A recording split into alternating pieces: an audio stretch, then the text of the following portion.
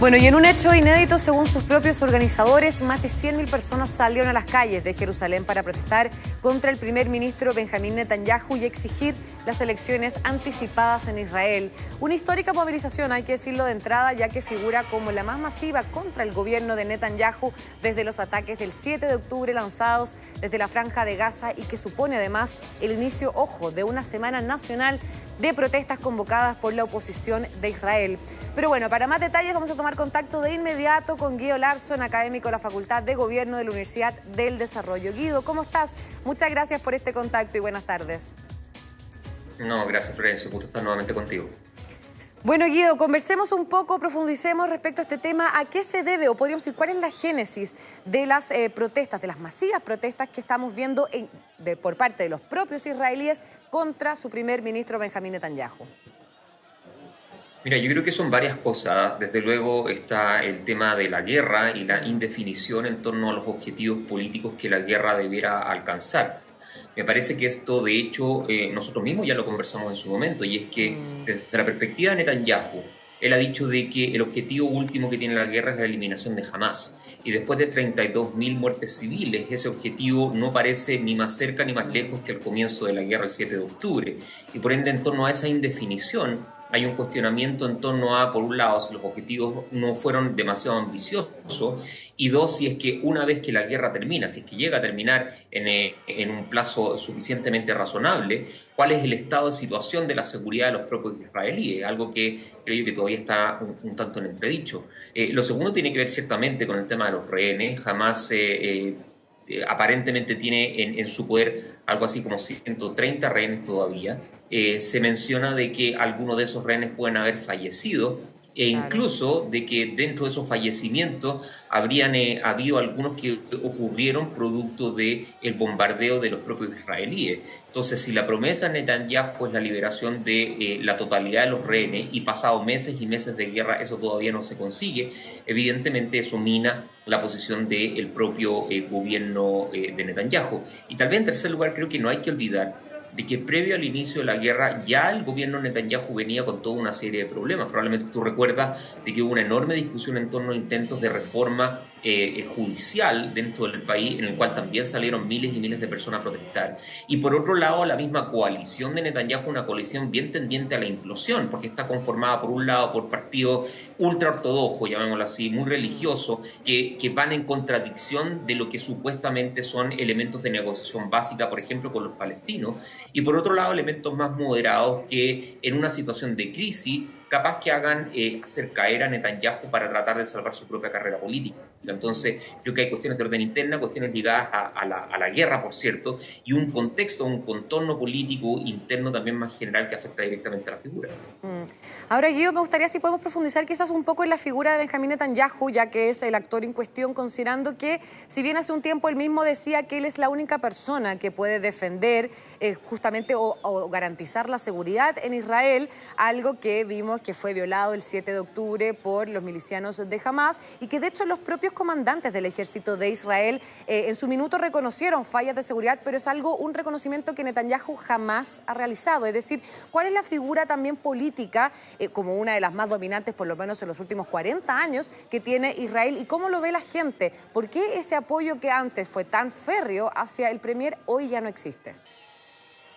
Creo que tiene una relación ambigua en ese sentido, es decir, lo que tú mencionas es completamente correcto. Netanyahu no ha reconocido de que una razón que explica los ataques del 7 de octubre tiene que ver con fallas de seguridad, fallas que entre paréntesis se encontraban en la misma plataforma del partido al cual Netanyahu pertenece, el partido Likud, que al mismo tiempo se autorreconoce como poniendo mucho énfasis precisamente en cuestiones de seguridad y finalmente de garantía para la ciudadanía israelí. Por otro lado, es una figura que con el tiempo ha tendido al decaimiento. El año 2019 se le acusa de corrupción y se le acusa de soborno. De hecho, entra en un proceso judicial y sale del poder en parte por esa razón, pero también un político político ambicioso que con vistas a la mantención de su propio poder es capaz de tomar riesgos que a veces son considerados extremos, en particular por lo que yo decía con la respuesta anterior, ¿no? Una coalición formada por partidos heterodoxos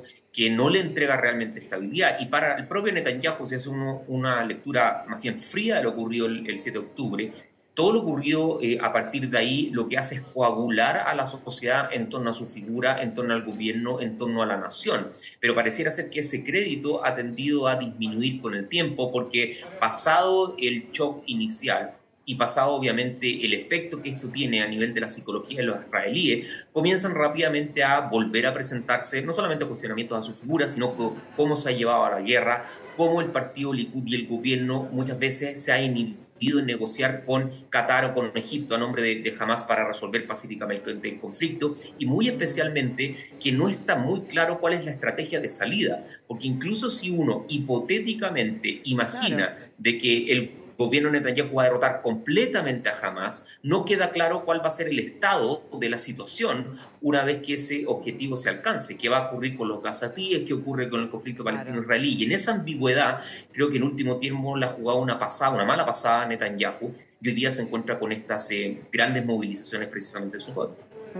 Ahora, muchos manifestantes, incluso críticos de Netanyahu, dicen que los verdaderos enemigos de la democracia se encuentran al interior del propio gobierno de Netanyahu, es decir, principalmente a la coalición, podríamos decir, más ultranacionalista, más ultraortodoxo de los judíos, que es el partido sionista religioso, que ellos son los más conservadores y que finalmente ellos son los que tampoco ceden a que finalmente el gobierno de Israel pueda llegar a algún tipo de acuerdo, ¿no? Es decir, ellos dicen que ellos son el principal obstáculo para que finalmente pueda existir un acuerdo de paz duradero en la zona, ¿no? Sí, yo creo que dentro de la coalición del gobierno y dentro de la categoría ortodoxa hay varios partidos que han significado cierto tipo de problema y de tensión. Está precisamente el que mencionas tú, el Partido Sionista Religioso, que es el partido que en su propia plataforma concibe, aboga por la absorción de la totalidad de Cisjordania, que es un territorio absolutamente clave en el contexto del conflicto palestino-israelí. Pero no es el único, uno puede mencionar también al partido Shas, que es un partido también de tendencia muy ultraortodoxa, que se opone a detener cualquier tipo de construcción de asentamientos, que es otro de los elementos que ha rutinariamente sido mencionado como un posible factor dentro de las imposibilidades de firmar la paz o de negociar al menos la paz. Y también se encuentran partidos como Noam, que tal vez no tiene esa vertiente ultraortodoxa, pero sí es extremadamente conservador, muy nacionalista, y es contrario a ciertas tendencias más bien liberales dentro de la sociedad israelí. Es, por ejemplo, un partido que se opone a los derechos LGTQ. Entonces, dentro de esa categoría de ortodoxia, de conservadurismo, uno también encuentra cierto tipo de diferencias, y todas ellas, creo yo, hoy día están articuladas para forzar o tensionar la posibilidad de que el gobierno Netanyahu se acerque a una negociación y tenga una salida relativamente pulcra de una guerra que, bueno, tú lo debes saber, una guerra que hasta ahora ha significado un desastre y una catástrofe humanitaria tal vez sin comparación en los últimos años de este planeta. Sí, en ese sentido, Guido, podríamos decir que esa misma coalición de derecha extrema que tú mencionas, si finalmente esa coalición no generara esta presión tan dura en el gobierno, ¿se podría llegar a pensar incluso en que Israel en algún minuto reconociera un Estado de Palestina y se generara un acuerdo duradero, que en algún minuto fue lo que quiso hacer Rabin también, y que, bueno, finalmente fue asesinado en el 95? Sí, mira, yo creo que hay dos cosas ahí. Una tiene que ver con la contingencia presente, donde efectivamente partidos de esta naturaleza son inhibidores finalmente de una negociación. Uno no debe dejar de olvidar de que del lado palestino también hay voces extremas que se niegan a negociar con Israel. Uno tiene que ser tal vez justo e imparcial en ese análisis. Pero si uno toma una perspectiva más de largo plazo, también hay mucha inercia política. Es decir, esto no es solamente el partido ultraortodoxo Shas o el partido sionista religioso de hoy, sino que está dado por una larga historia de inhibiciones, de desconfianzas mutuas, de tradiciones, de firmas de paz que finalmente no llegan a nada, de posiciones extremas, etc. Y todo enmarcado en una sociedad que en definitiva es bastante compleja. Solamente por poner un ejemplo, hoy día también se está discutiendo en la sociedad israelí si ciertas comunidades ultraortodoxas deben seguir siendo eximidas de servicio militar. Y hay toda una discusión en torno ahí de que si Israel se basa en principios de equidad y de justicia, ¿por qué debieran este tipo de comunidades eximirse? Y hay quienes dicen de que si es que esa ley se aprueba, el gobierno de Netanyahu finalmente va a colapsar porque muchos partidos ultraortodoxos lo van a abandonar por concebir que entonces la aprobación de esta ley es una traición. Entonces, a lo que apunto es que creo yo que el problema radica en muchas dimensiones, algunas de larga data, otras de corta data, y otras que tienen que ver con la contingencia que hemos estado comentando ahora. Ahora, Guido, respecto a los acontecimientos que ocurrieron durante este día lunes, este presunto ataque de Israel a un consulado iraní en Siria, Irán ya advirtió que iba a responder con dureza. El gran temor a nivel ya más global es que finalmente esto termine arrastrando a Teherán podríamos decir, al conflicto en Gaza y que eso finalmente abarque y se amplíe a un conflicto regional, ¿no? Considerando que Israel e Irán son enemigos o rivales acérrimos. Sí, yo creo que ha sido la gran preocupación desde el inicio de la guerra, Sí. la posibilidad de que esta salpique a nivel regional. Si me preguntas hoy, yo veo poco probable una intervención directa de Irán en tanto Estado nacional, pero no es descartable, por ejemplo, que Irán, a través de organizaciones proxy, particularmente Hezbollah, pueda responder de alguna manera, ya sea a través de operaciones selectivas, operaciones comando. No hay que olvidar de que la frontera entre el Líbano e Israel se encuentra ya con enfrentamientos de baja intensidad y no es descartable de que esa baja intensidad se incremente con el correr de los días como respuesta a este ataque. Pero no hay que dejar de olvidar de que esto ha sido una constante durante los últimos años. Hemos observado ataques en Siria, en el Líbano y en otros sectores atribuidos a Israel, debido precisamente a que el contorno geográfico y geopolítico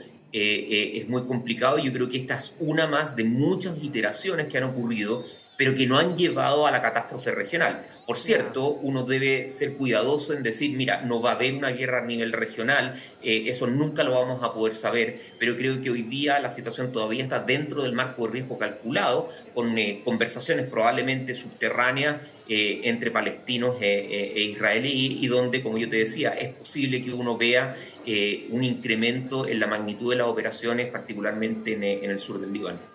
Claro, te lo preguntaba porque al momento de conocer esta información, de manera casi inmediata se confirmó que había muerto uno de los principales comandantes de la Guardia Revolucionaria iraní, es decir, podríamos decir un comandante de alto cargo, y que finalmente eso podría ser entonces como el factor que podría incidir o que podría gatillar el ingreso de Teherán a un conflicto más regional. Quizás no inmediato, quizás no de manera tan directa, pero si es que finalmente le siguen pasando armas a Hezbollah en el Líbano, claramente eso sería finalmente una respuesta indirecta también.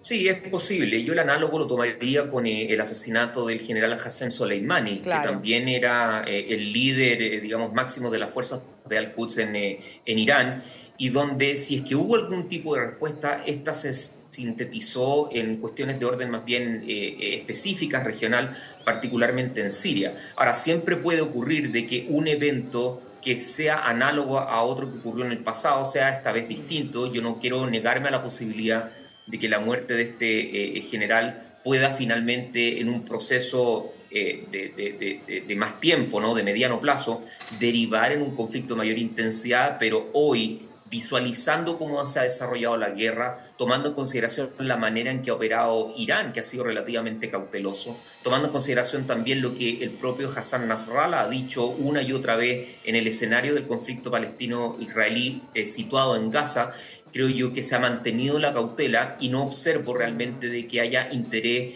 en que esa cautela se incremente, en parte porque los riesgos son realmente muy significativos si eso llega a ocurrir. Perfecto. Guido, solamente para ir cerrando de manera bien breve, ¿crees tú que es posible o probable que Benjamín Netanyahu renuncie? Yo creo que él va a decir que lo van a hacer renunciar si es que llega el caso, situación que hoy día no es del todo implausible porque han venido llamamientos hace meses respecto de eso, pero el problema es que la situación se va a mantener igual. No creo de que el conflicto en Gaza se resuelva con un cambio de gabinete, porque en último término los problemas son de más fondo antes que superficiales como como este tipo de manifestaciones lo hace ver. Perfecto. Guido Larsson, muchísimas gracias por esta interesante conversación. Siempre un agrado conversar contigo. Que estés muy bien. Buenas tardes. Buenas tardes, Florencia, que tengas gran jornada.